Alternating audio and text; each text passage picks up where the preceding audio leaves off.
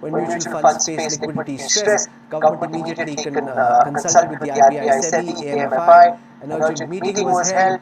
On the next day, officers of RBI SEBI met at 8 a.m. RBI announced a 14-day special repo rate facility and allowed for additional money to be drawn by mutual funds to help tide over the crisis. Now, what should the government really be doing in this situation? Our National Affairs Editor Rahul Srivastava spoke to Subhash Chandra Garg, former Secretary of the Department of Economic Affairs. Let's listen to what Subhash Garg had to say. What happened in Franklin Templeton actually is part of a larger credit crisis. Indian businesses have credit of about 100 lakh crores from the banking system, from the NBFCs, and from various other institutions like the mutual funds, the debt fund, which Franklin was also running, was one of them. And this crisis is because the real economy is affected thanks to the lockdown and the COVID-19 crisis. This has led to a lot of businesses being not in a position to service their loans. The government has decided to provide moratorium, the insolvency.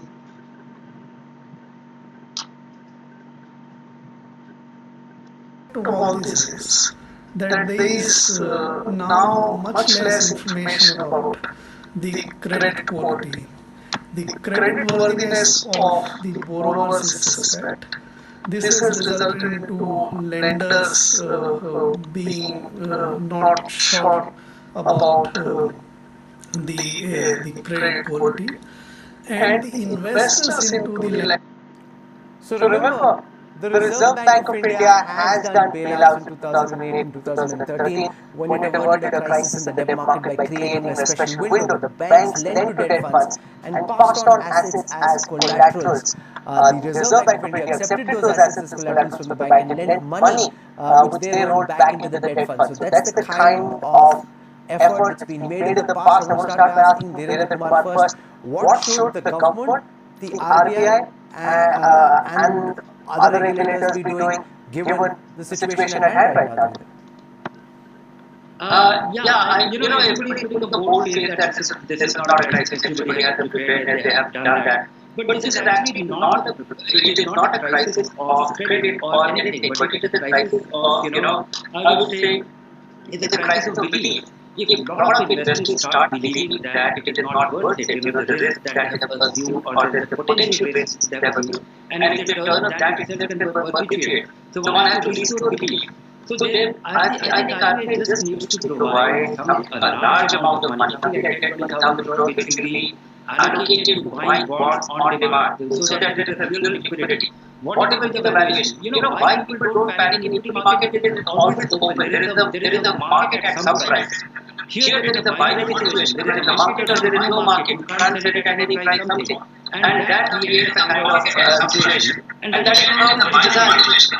It is designed for normal times, not for extraordinary times, for extraordinary times. And this is so crucial. Tomorrow businesses will open. They have to put money in the bond fund which might be required for paying the salary. And when they have little distrust that it may not be available, they will pull out. Ask any businessman who has put his money in a bond fund, which typically he would have. And the problem in the markets is fear and negativity are self-fulfilling prophecies. As more and more investors get spooked out if they start investing, that can be a vicious cycle. How do we avoid that? Rahul Goel, what are the kind of interventions you'd like to see from the RBI, from the government, possibly from SEBI, so that investors are assuaged and their nerves are not rattled? So I would, Rahul, I would take the question back to you. Why should there be a bailout? And who are we bailing out? Are we bailing out the small guy who deserves the bailout, or are we bailing out these big institutions? And I don't know, I think you should be asking this question. Are we saying the crisis caused the crisis? Are we saying the industry wasn't prepared for a crisis? They never built portfolios for tough times? They assumed everything would be great all the while? That's correct. So again, I go back to the same point which I'm trying to make. The investors need to go back, look at the portfolios, and see what was promised and what they're being delivered. Second, they need to check whether they're taking on more risk than what they thought they were. And when it comes to a bailout, I'm sorry, I'm on the other side. I don't think big institutions need a bailout. All these big institutions should have planned. They should have had buffers. They should have had liquidity. And I heard a point about that the treasury market is illiquid. Well, I'm sure it's going to get liquid to lower the price. So take the hit. Why should you be bailed out? This is like a So banana Saurabh in Nanavati, the you've been in touch with several officials in the Ministry of Finance. Are you seeing adequate response from them? What would you like to see government regulators do? And do you believe that they're stepping in the way that's required? Rahul Goyal questioning the need for any form of help, any form of bailout, saying this is the risk the market takes. You think, can you swim with the tide? So these are unprecedented times, right? We are in a black swan event. It's an event which will happen once in a century, perhaps.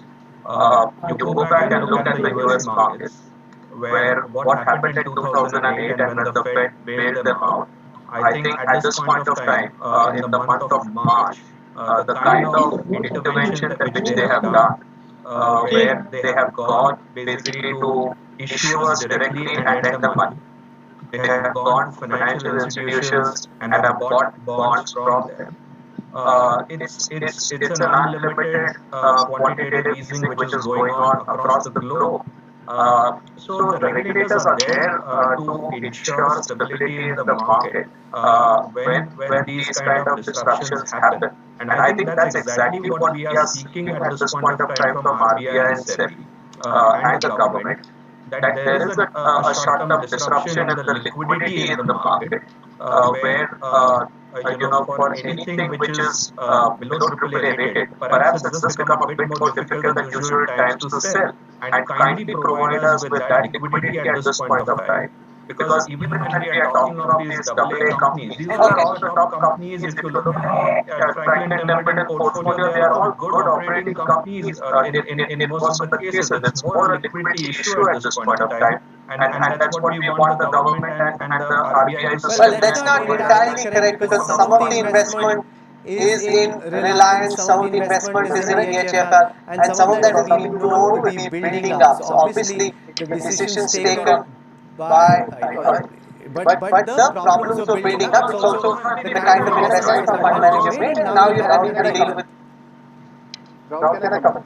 So COVID has very little role to play in this Okay, crisis. very quickly, I'm out of time completely. I have just one point to make.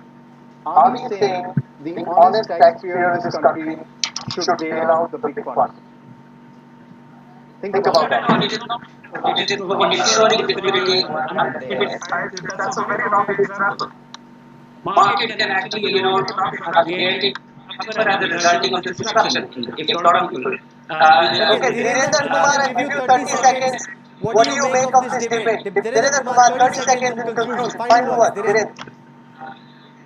We need to really restore confidence in the market and just enabling a mechanism. In 2008, we have done it just by virtue of enabling the credit to these things. The credit was never a bail. It is not a bailout. It is enabling liquidity at a price. You remember during UTI crisis, it turned out to be the biggest bonanza, a bailout which turned out to be the biggest bonanza for the government. That was one of the biggest disruption and the first blockade. Okay, so I'll leave it over there. You've got different perspectives. It's a very tricky situation for investors to be in. But I think the key message going out from the experts is if you panic and redeem right now, you're likely to be worse off than if you just have patience and allow for the markets to recover. It's all a cycle. If you look back on a longer time scale, will people have that patience to sit back and allow for developments to play themselves out?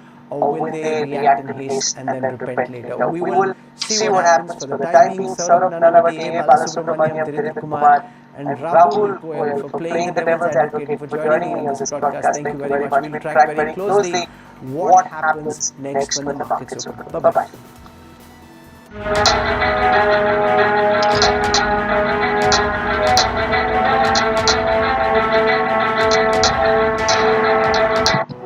के उस पार भी आप लोग भी तो हमारा परिवार है। हम काम करें ताकि आप घर पर सुरक्षित रहें। आपको घर बैठे कोरोना से जुड़ी हर जानकारी, हर खबर सही समय पर मिलती रहे, इसलिए हम दफ्तर आ रहे हैं।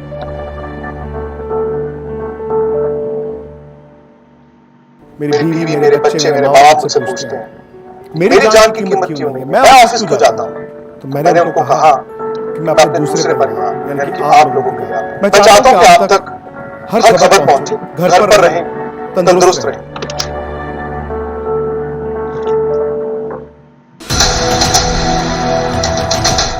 एग्जैक्ट पोल मतलब आज तक, और वो सिर्फ इसलिए क्योंकि हम करते हैं हर एग्जिट पोल पूरी ईमानदारी से। जिस सैंपल साइज को हम बड़े सैंपल साइज को लेते हैं, उससे उसके मन को भापते हैं और फिर उससे पूछते हैं कि वो किस तरफ जा रहा है। और फिर जब सारा डेटा इकट्ठा हो जाता है, उसको सही तरह से एनालाइज करके आपके सामने आते हैं आंकड़े, और वो आंकड़े फिर आज तक की बादशाहत कायम करते हैं।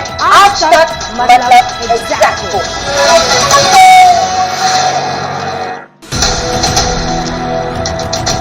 एग्जिट पोल मतलब एग्जैक्ट पोल सिर्फ आज तक पर, और ये एक दो बार नहीं, लगातार आज तक अपने दर्शकों के सामने रख रहा है ग्राउंड जीरो पर की गई हमारी रिपोर्टिंग, यानी कि आज तक की रिपोर्टिंग, जिसके जरिए लोगों का मूड हम भापते हैं और वो पहुंचाते हैं आप तक। यही कारण है कि पिछले 5 साल से लगातार आज तक का एग्जिट पोल सही साबित हो रहा है। एग्जैक्ट पोल मतलब सिर्फ आज तक।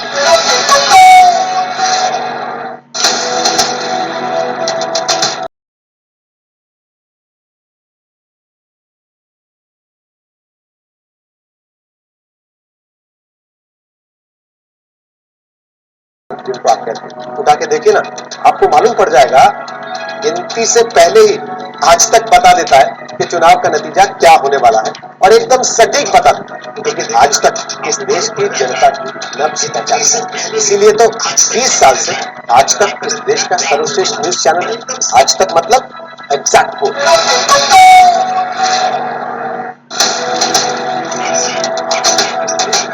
If it's India today, exit poll is exact poll. And that comes from years of experience. Credible news channel, credible reportage. We report what we see. Presented by Kalyan Jewelers. Trust is everything.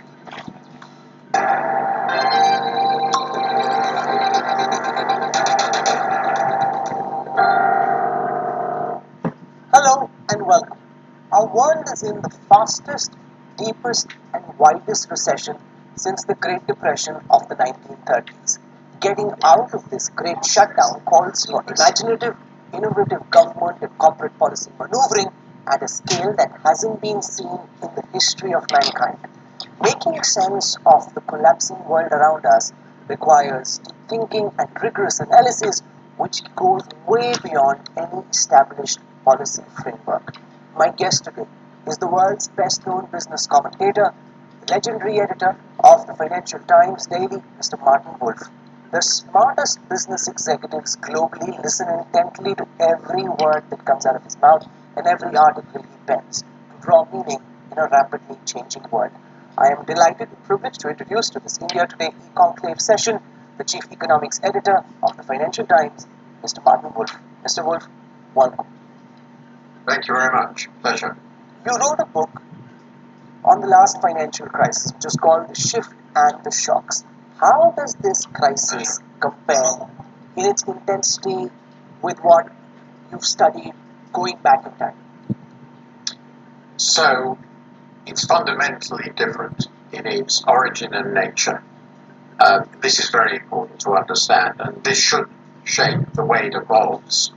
But in its intensity, that is, say, just measured by the scale of the economic declines we now expect. Of course, this is very early. We don't know what's going to happen yet. We're at the beginning of the collapse phase for most economies.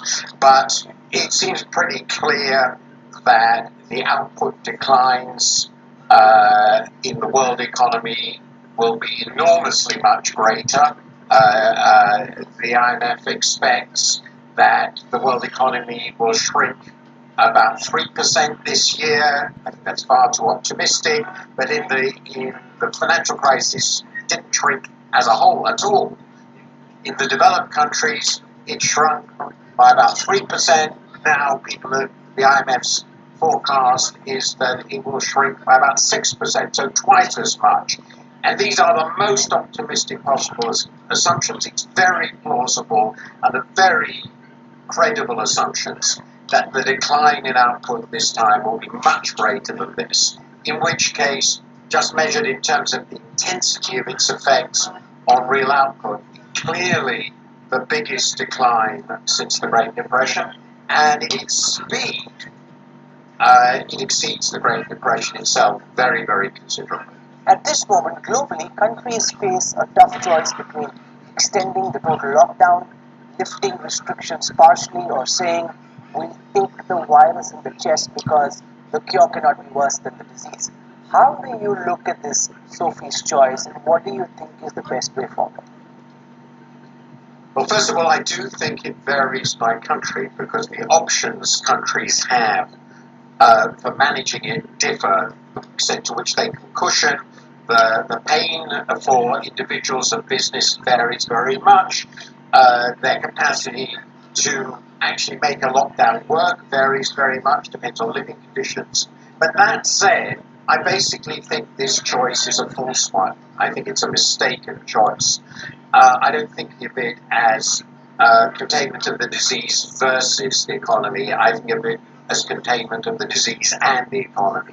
Why do I think this? This is a really important point, which is now increasing analysis. The point is, if we just let the disease run rampant through our societies, that would first impose huge economic costs.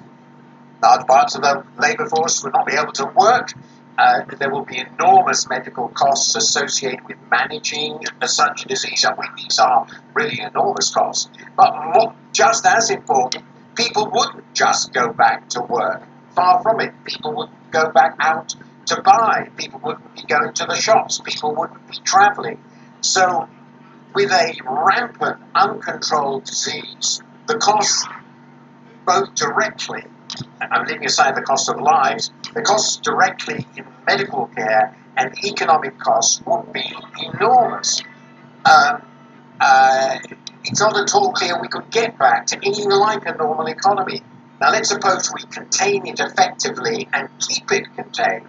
Let's say we have 2 months of shutdown, lockdown, whatever you call it, then we have effective policy, which not all countries can do, of testing, tracing, quarantine, so the disease remains very subdued or even eliminated in society, as in South Korea, then the economy can go fairly well back to normal, leaving aside the international problems we have anyway. So my view is that this is a false choice, that provided you can make the shutdowns or lockdowns really work to contain the disease and keep it contained, that's the best policy medically, and it's also the best policy for the economy. In an article you wrote recently for the Financial Times, you said that desperate times call for desperate measures.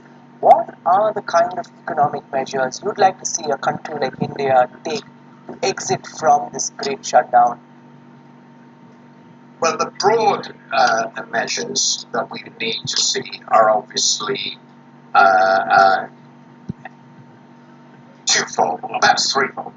First, but perhaps it's best to break it down into first, you have to use all the medical resources you have and that you can create to deal with the medical side of the disease. Obviously, we all know India has a relatively limited health system by the standards of the richer countries, so this is going to be quite a challenge, clearly, but you need, and it can't create all this for overnight, so you have to deal with that side of it. And then you have to protect people who are dramatically affected and damaged, their livelihoods are removed from them in the economy from the consequences. And again, in the developed world now, rightly, we have put in place enormously expensive policies to support people's incomes while they're not working, to keep people attached to their employer by paying for short-time work or furloughed workers, and of course support to companies so they survive. That is essentially aimed at ensuring that people's welfare continues to be supported. They can continue to live, buy food, or pay rent, all these other things, and that there's an economy to go back to. That's what you want to do. This is enormously expensive, and we expect fiscal deficits in the developed world. In my view, they're going to go to 10% of GDP or well over. Public debt will rise enormously, and we have to accept that. I actually believe that India does have the room very substantially to expand its fiscal deficits in this crisis.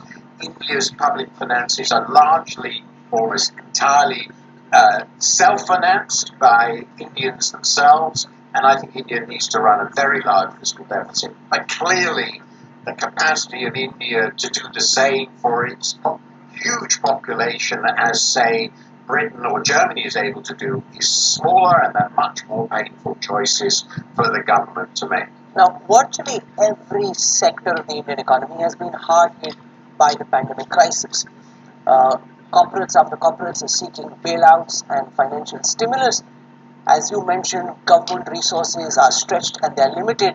How would you advocate the Indian government distribute its limited resources at a time when every sector is clamoring for help?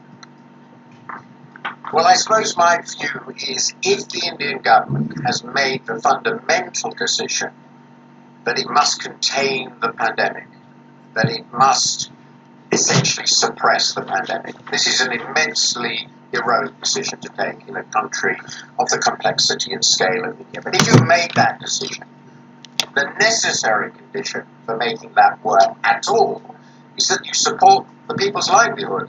If people can't go out to work, all the people who used to work in the informal economy all over the country, they can't be expected to stay home and starve to death. They have to live off something. So it seems to me the first priority is to support the living standards of the people.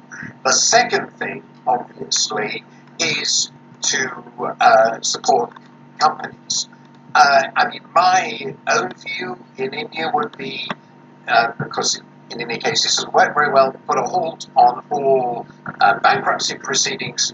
All that basically has to be forgotten. Companies must be supported, and the government should encourage, probably through guarantees of some kind, perhaps very large ones, banks to continue to support companies, to continue to give them the money they need to buy essential requirements of continued functioning where they can function at all, through the crisis on the assumption it's not going to be too long. At the end of this, there will be some businesses which will have been completely devastated because they will have actually no customers at all for a long period. I'm thinking of the tourism industry. I think at the end of this, what the government will have to do is look at those industries, perhaps in the process, and see what sort of bailouts are appropriate, or whether there has to be a debt restructuring and how the debt restructuring has to be done. But I think the essential requirements are supporting the living standards of the people and making sure that there is enough finance to keep what look like basically, in normal circumstances, viable businesses afloat till the reckoning when the economy starts to come back and we can start to see what sort of damage there is. So I want to tell our viewers that we invited you to send us live questions, which we promised to put to Martin Wolf, and we've received a lot of questions already. You can send us questions still. Our teams have all the social media accounts open. We're seeing what you're saying, and we'll try and put those questions to Martin Wolf over the next few minutes. My first question is from one of India's leading economists from the Aditya Birla Group, Ajit Ranade, who talks about the debate around capitalism being rigged. He says, do you believe, Mr. Wolf, that there is a need for a radical overhaul of capitalism itself? Former Reserve Bank of India Governor Raghuram Rajan said, we need to save capitalism from capitalists. Yes, I wrote a review of that book. This is now a good 15 years ago. The this issue seems to be quite separate from our crisis. We would have a crisis, whatever economic system we have, it seems to me, simply from the way the pandemic has unfolded. But yes, I do think that there are deeper, longer run questions about how capitalism has been operating. I've focused largely on the developed countries, where it seems to me we clearly have a number of questions about corporate governance, the role of finance in determining the shape of corporate governance, how the domination of the financial considerations, the tendency towards monopoly, and the need for a very, very powerful competition policy, concerns about the distribution of income and the ways one might be able to deal with that. And there are also questions about globalization, though I remain a supporter of globalization. So I do think there is an agenda to reform capitalism, which is a very important one, and I'm actually in the middle of another book, which I have had to put aside because of the crisis, which is called The Crisis of Democratic Capitalism, and that does deal at length with these various issues. Will this crisis, in your view, accelerate the forces of economic nationalism and be a blow to the idea of economic globalization? Yes, I was just going to say, now we have this crisis. How is that going to change this? I see very little evidence so far of a really radical desire to reform our economies. And what is happening in many countries is resurgent nationalism, blame shifting, internationally and domestically, and one of the consequences you can see already, partly directly and indirectly, is a retreat from globalization, which was already well underway before the crisis started. So it's accelerating. And I expect that it is very likely that we will be moving to a more nationalistic and protectionist world after this crisis, which I think will be a very bad thing, but it looks to me at the moment quite likely. How, in such a situation where forces of economic nationalism are being strengthened, should India look at the issue of bolstering its exports? Because if our economy is to bounce back, then ensuring that we can strengthen our exports, which have been languishing for a while now, is a key economic imperative. How can we be part of the idea of strengthening our own supply chains domestically and yet ensure that because there will be a global reordering of supply chains, especially out of China, that a country like India can benefit from that? Well, you've, I think, got it correct. First of all, I don't think there's any option but for India to continue to expand its exports. It's an imperative part of a rapidly growing economy. Exports have to grow at least as fast as the economy, and we want India to go back to fast growth, which was already a question before the crisis hit. And I think you've got it right. That there are real problems, but there are also opportunities here. The opportunity is one that India has pretty consistently not taken outside areas of services, which is to be part of the global supply chains in manufacturing. I'm not very optimistic that India will take these opportunities. By and large, other countries have been more successful in taking these opportunities, even after China was so extraordinarily successful. But there is again an opportunity. This would mean India would have to be consciously determined to open the economy, to make it immensely improve infrastructure, communications, the flexibility of the economy, so it could integrate itself into global supply chains in manufacturing as well as in services. There is a question about how viable manufacturing supply chains are going to be after this crisis. It's quite possible that a lot of these supply chains will actually be brought into the final markets. We don't know, but it seems to me that India simply has to try and see whether it can make a success of this. I don't think it will happen. I rather fear that India will go back to a more inward-looking protectionist stance itself, and it will be a profound error, but it is an opportunity. China's relations with the US are so bad, there is an opportunity here, and India should try to seize it. What kind of economic recovery are you anticipating, Mr. Wolf? The IMF says that India will bounce back at 7.4% growth next year. Arvind Subramaniam, a former chief economic advisor, says that's too optimistic a scenario. Some analysts are worried about a W-like recovery, which means that there could be a double dip, so there may be a recovery, but if the infection comes back, we could slip again. What's your best sense of how the recovery globally and in particular in India is likely to be? Well, globally, and this is where I differ from the IMF, it seems to be pretty clear that until we have got the pandemic completely under control globally, that's the important point, since we can be reinfected from anywhere, the world economy is not going to go back to normal. There will continue to be very tight restrictions on movement of people, and some of it will be voluntary. People just won't go to lots of places, and some of it will be government imposed, and there will be these tight controls within countries of various kinds and between countries. And that will be true as long as the virus is out there, effective, and we have no cure or no vaccine. There's a difference of opinion on how long that might be, but it could be up to nearly 2 years. In which case, we're going to have a very, very weak recovery. If, of course, a vaccine comes through effectively much sooner than that, it transforms things, provided we can get it round the world. But I think the best estimate would be we're going to have a weak recovery. If we open up too quickly from the lockdowns, I think it will be W. That is to say, we'll have the economic activity will pick up. Be very, very destabilizing. It's part of the reason I think it's such a mistake to think of it as containment versus the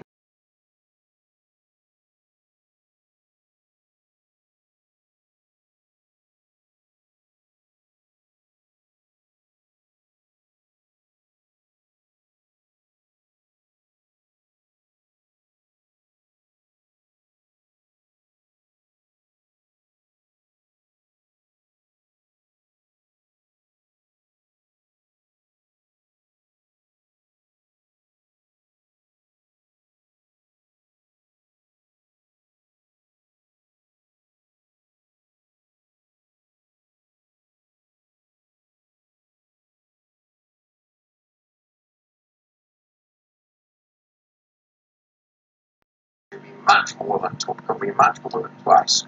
I think most people who've looked at it carefully think the IMF is very much on the optimistic side, which is perfectly fair because they did these forecasts a few weeks ago, inevitably, and in a great hurry. So I think this is going to be a very, very good depression. This quarter, this year, the UK Office of Budget Responsibility has forecast that GDP in this country will decline 35%. And the recovery next 2 quarters there will be there, but it won't mean that that will mean a massive overall shrinkage this year. And Britain, I think, is not in any way an exceptional developed country. What do you think will be the future of oil? This week we saw West Texas immediate futures for May in the United States fall to less than $0. People were paying buyers if they would come and collect oil. How will this impact global oil prices, especially Brent, which is most important in the Indian context, in the short and medium term, in your views? Well, for India, I suppose this is a very good thing. You remain a large net oil importer, I believe. I think it is overwhelmingly probable that in the next couple of years, 3 years, oil prices will remain very, very, very low. Demand has been cut off massively. Supply elasticities are pretty modest, and that means that there's a glut. The shale oil business will close down. A lot of other oil producers will close down. That will remove capacity, and that will slowly bring back balance to the market. I wouldn't be at all surprised if someone told me that in 2025 or 2026 the prices have shot up well over $100 a barrel because the world economy will go back to normal, consumption will go up, we don't have replacements for oil for very important functions, transport, and a lot of potential capacity is going to disappear now. So I think the likelihood is we're going to have a few years of very, very low prices, followed by very unstable conditions, and then quite possibly very high prices. That's sort of been the history of oil. Exceptionally low prices were followed by very, very high prices, as happened in the late 90s into the early 2000s, and the reverse. And I think that's what's going to happen again now. The next 2-3 years for a net importer of oil like India should be very good. How does this pandemic impact the relationship between the existing global economic superpower, the United States, and the emerging or wannabe superpower, China? Who ultimately, according to you, will win the race to be the global economic superpower? Very good question. Well, first of all, I think who wins that race is not going to be determined by this virus. It's going to be determined by policy and competence, broadly speaking. I've always felt that in the long run, unless the US performs quite extraordinarily, China is going to become much the biggest economy in the world because of its sheer scale. Now that's not certain. Lots could go wrong with that, but there's a pretty good chance that's where it will end. The US ought to remain the dominant technological leader in the world, the most advanced economy in the world, but that can still go along with China being much bigger. The US success depends on the quality of its leadership, and I fear that the current leadership of the United States is extraordinarily bad. In the current, bringing us to where we are now, how does this crisis affect it? Well, the most obvious thing it's affecting is the political relations between the two. The Chinese clearly messed up dramatically with the initial outbreak. They didn't inform the world of what was happening. They didn't seem to recognize it internally. There was colossal communication and policy failures. So they let it out. And though they then dealt with it brutally and effectively, of course, the whole world knows it came from China, and that is a huge minus in terms of China's credibility, obviously. Then now we've got the American reactions. It's clear the Americans don't know how to deal with this. There's turmoil in America, conflicts between the president and state governors that are democratic, and failure to control the disease.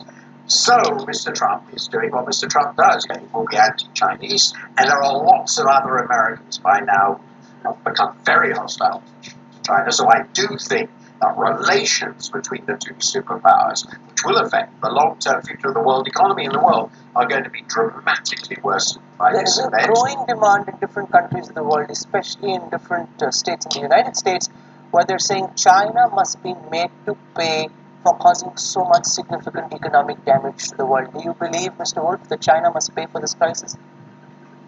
I think that the history of reparations as a tool in international relations is utterly poisonous. You cannot impose reparations on a sovereign independent power. There's no way you can do it. And other than by defeating it in war, the most famous case of reparations of this kind in world history was Europe's the determination of the Western Allies to impose reparations on Germany after the First World War. This led to Hitler. Doesn't seem to be a very, very bright idea. I think the idea of reparations from China is absurd. But the idea that we have to investigate why this happened, what's happened, how we prevent anything like this ever happening again, whether it comes from China or somewhere else, bolstering our international systems of health and cooperation to deal with this, that idea, learning from this colossal series of errors, including very much China's, is essential. If we don't do that, we're doomed to repeat this, and the next pandemic might be much worse. As I come towards the conclusion of this interview, I want to understand from you what, according to you, this pandemic will mean for the global job market going forward. There were already several trends around automation, artificial intelligence, machine learning that were playing themselves out. Those, of course, could accelerate. What are the other meta trends that you see, Mr. Wood? I think that when we've got through this, 5 years from now, 6 years from now, we'll probably find in terms of the labour market, it has accelerated some tendencies, the most important of which is, I think, the realization how effective these remote working relations actually are, how easy it is, as this happened with our office. we now organise our entire office at the Financial Times with nobody going into the office. It's unthinkable, absolutely nobody. So I think that's a general phenomenon. There are a very large number of businesses, not all by many means. There are lots of things that require face-to-face contact, but things that can be organised remotely can and will be. And I think we've accelerated that dramatically by this experience. I expect, therefore, foreign travel will diminish somewhat. There will be a shift from face-to-face, the costs of transport and commuting, to this sort of interaction. Beyond that, I think it's just part of the longer run trends we're getting in the changes in the structure of our economies and the step changes in technology, and I don't think it will be more than an accelerant in this particular aspect, provided we maintain a coherent world economy. If we fracture into the sort of mess that we got in the 1930s, then the economic consequences are completely impossible to predict and could be very, very bad. Now, we've had a very stimulating conversation. I promised to free you in 30 minutes, so this is where I'll end this conversation. But I hope, Mr. Wolf, that we can have you back on our network for more insights as this crisis evolves and our response to it changes as well. Martin Wolf, world-renowned business commentator, economics editor for the Financial Times, for joining us on the India Today Conclave series. Thank you very much. Appreciate your time, sir. Great pleasure.